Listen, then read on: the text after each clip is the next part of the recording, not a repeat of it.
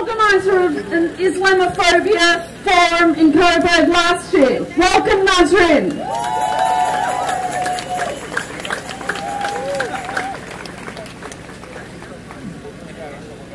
I begin with the praise and thanks to our Lord, the Almighty, owner of the universe. I acknowledge the traditional custodians of the land of Wurundjeri, where I live. I pay respect to elders, past, present, and emerging. I have chosen to be here to stand up for my basic human right, that is, my freedom to practice my religion without fearing being harassed. The rising trend of Islamophobia and racism is dividing our community. This needs to stop. The racists, who are so-called enlightened freedom preachers, cannot tolerate our freedom of choice. They are attacking our mosques, schools, business, and committing violence towards Muslim women. There is no doubt that Muslim women are easy targets for these racist bigots. Statistics show that 40% of the racial attacks occurs on public places. 80% of these attacks are targeted towards Muslim women. Today, it's worth to mention that these racist bigots can come in many shapes and forms.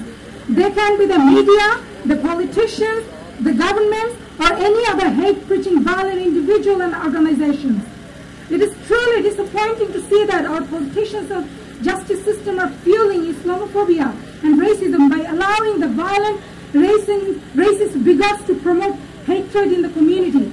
It is quite concerning that these violent groups have been allowed by the authorities to organize rallies even today. As a civilized nation, shouldn't we be asking the question, how come authorities are turning a blind eye to these extremist radicals and not banning them? Yeah. Where are the counter-terrorism lawmakers? Why aren't they making laws to outlaw these violent racist groups? Where are the de-radicalization experts today? Why isn't there any de-radicalization program for these violent bigots? Only the other day they were so excited to terrorize the Muslim youth and their innocent families by highly violent home raids. Can't they see that these racist radicals are real terrorists and real security threats for the community here, right now? This rally was organized to promote peaceful coexistence and to appreciate our diversity. Why do we need police protection here in this rally? We didn't come here to promote hatred. Why didn't the authorities stop the violent groups from coming here? Why couldn't the authorities nip it in the bud? Surely these racist bigots are paying for the community and costing taxpayers' money. The presence of the number of police officers is speaking for itself about the terror and security threats caused by these extremist radicals. Many of us wonder, how come these hate preachers are getting legal protection? By allowing these bigots to be present here, around this rally, our justice system is sending the incorrect message to the community. That is, Islamophobia and racism should be tolerated in the name of so-called freedom of speech of these hate preachers. Any sensible person can see that freedom of speech ends when hate speech begins. I'll have to admit that it is not that surprising that our authorities are turning a blind eye to these racist bigots. The reality is that some of the leading politicians in our government even openly share the same values of these racist bigots. For example, the recent comments by Immigration Minister about the refugees and migrants made it very obvious that his views just recycle the views of these racist bigots. What is more appalling is that his racist comments were even supported by our Prime Minister. That proves that racism is about power and conquest. Racism is definitely supported by the government. They just want to introduce new laws to limit our freedom when they do not respect our freedom. Can I continue?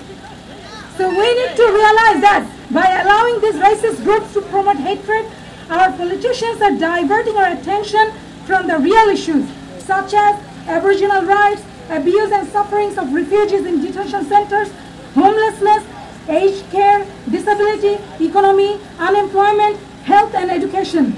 I don't have enough words to express my incredible disappointment on the politicians and media who are constantly linking crimes to Islam and Muslims. For example, when a person who also happens to be a Muslim commits any crime, our authorities are quick to jump to conclusion that it is an act of terrorism. They then start raiding houses from the Muslim community just to show that they're doing something. This type of finger pointing is promoting hatred and anti-Islam sentiments in the community. The politicians and media are also so obsessed with making derogatory comments about the lives of the Muslim women. Not so long ago, some of our federal parliament members were debating whether Muslim women wearing niqab should be allowed inside the parliament or should they be segregated. Their constant obsession with the headscarf, burqa, niqab, gender segregation is absolutely demeaning. This type of irresponsible discussion incites violence towards Muslim women. As a result, we are abused and harassed on the streets. Recently, unfavorable laws have been imposed on the Muslim women by banning niqab in some places and preventing gender segregation in our religious gathering. I am sick of this type of legalized oppression. Please get this message very clear. Leave it up to the Muslim women to decide how they like to dress, where they like to sit. Stop policing, politicizing, and oppressing us. Stop making unfair laws without asking us what we want. Stop daydreaming about liberating us. You cannot liberate those who are already liberated. We are free to choose what we wear. I wear hijab and I'm a free, intellectual and professional woman. The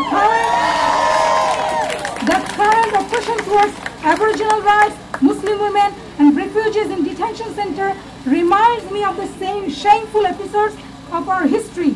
When the Australian government legalized stealing Aboriginal children from their parents, this grave injustice was justified in the name of assimilation and cultural integration. The same thing is happening now towards the Muslim community. From this experience, we can clearly see that because something is legal does not mean that it is the right thing to do. Let's learn some lessons from the mistakes of the past. Let's acknowledge that when the law does not acknowledge our basic human rights, that law needs to change. Now I would like to leave some strong messages for the racist bigots. Stop violence towards Muslim women. Women should be respected regardless of what they wear. If you truly support freedom of expression, then why can't you respect my freedom, my choice? If you cannot respect my freedom, keep your backward opinion to yourself. As a free citizen of Australia, we all have the freedom to practice our chosen religion. It is time to stop the cultural backwardness and oppression. It is time to be progressive and accept diversity. And also I'm sure most of us have heard about some violent racist groups who want to reclaim Australia. Reclaiming what? Seriously, are you reclaiming something that didn't even belong to you in the first place? Doesn't matter how patriotic you are. Honestly, it doesn't make sense at all. Aboriginal people are the custodians of this land. Australia always was, always will be Aboriginal land. No one else has the right to reclaim it. Please be sensible and stop this nonsensical mad idea. Finally, as a resident of Moreland Council, I'm proud that I live next to a diverse range of ethnic, cultural and religious communities. As a resilient community, we'll stop racism, embrace our diversity and grow stronger. Thus we'll build a safer and prosperous community. Thank you.